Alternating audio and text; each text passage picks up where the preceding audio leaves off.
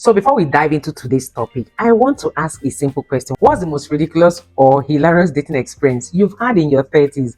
I'd like to get your thoughts. Kindly share in the comments below. Was it a disastrous blind date, a weird encounter on a dating app, or even maybe a funny misunderstanding on the first date? So hey friends, welcome to today's conversation about what dating is like in your 30s. Let's face it, dating in your 30s can be a wild ride. It could be messy, unpredictable, and sometimes you're not even sure if you're having fun or not. But despite the chaos, dating in your 30s can also be incredibly liberating. You're more confident, more self assured, and even more aware of what you want and need in a partner. You're not afraid to speak your mind and set boundaries, and you're more likely to attract someone who respects and appreciates you for who you are.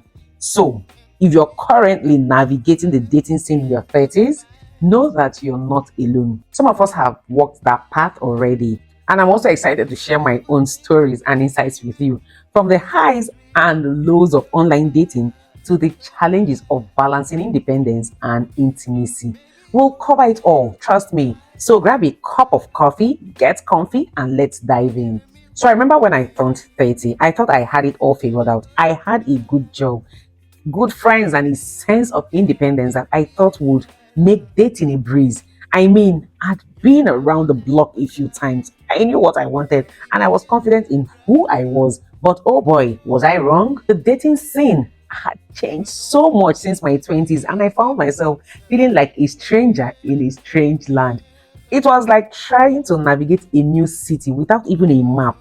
I had no idea where I was even going or what I was even doing. Suddenly, I was thrust into a world of online dating, ghosting, and benching. I was like, what's a DM? And what's with all these dating apps? Can't we just meet in person like normal human beings? It was very overwhelming, to say the least. I moved from one dating app to another.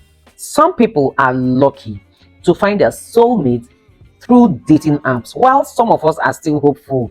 And don't even get me started on the pressure to settle down. I mean, I thought I was doing okay, focusing on my career and building a life I loved. But suddenly, everyone around me was getting married, having kids, and buying houses. I felt like I was stuck in some kind of bizarre time warp where everyone else was moving forward while I was stuck in neutral. Sometimes, as human beings, you think you're the only one not making progress, forgetting that everyone else has one challenge or the other that they are also dealing with. When I navigated this strange new world, I realized something. I wasn't even alone in it. So many of my friends were going through the same thing, feeling like they were too old for the club scene, but too young for the suburbs. We were all struggling to find our place in this crazy dating landscape. And it was comforting to know that we were all in it together and that I wasn't even alone. So, what's dating like in your 30s? Well, for starters, it can be frustrating. You're not as carefree as you used to be. And the idea of settling down can be daunting. You're at a stage in your life where you're expected to have your priorities right, your career on track, and your love life in order. But what if you're still trying to figure out who you are, what you want, and where you're going? What if you're still exploring your passions, building your career, and learning to love yourself? And then there's the added pressure of societal expectations. You're supposed to be married with kids by now, right?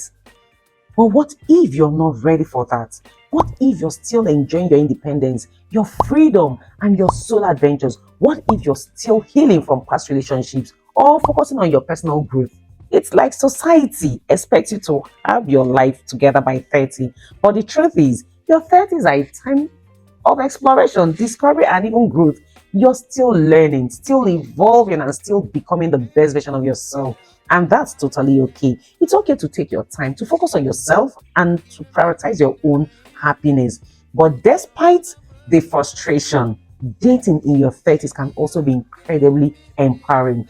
Like I said earlier, you're more confident, more self assured, and more aware of what you want in a partner. You're not afraid to speak your mind, set boundaries, and advocate for yourself. You're more likely to attract someone who respects and appreciates you for who you are.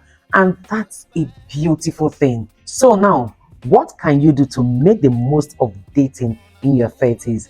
First, Take some time to reflect on what you want and need in a partner.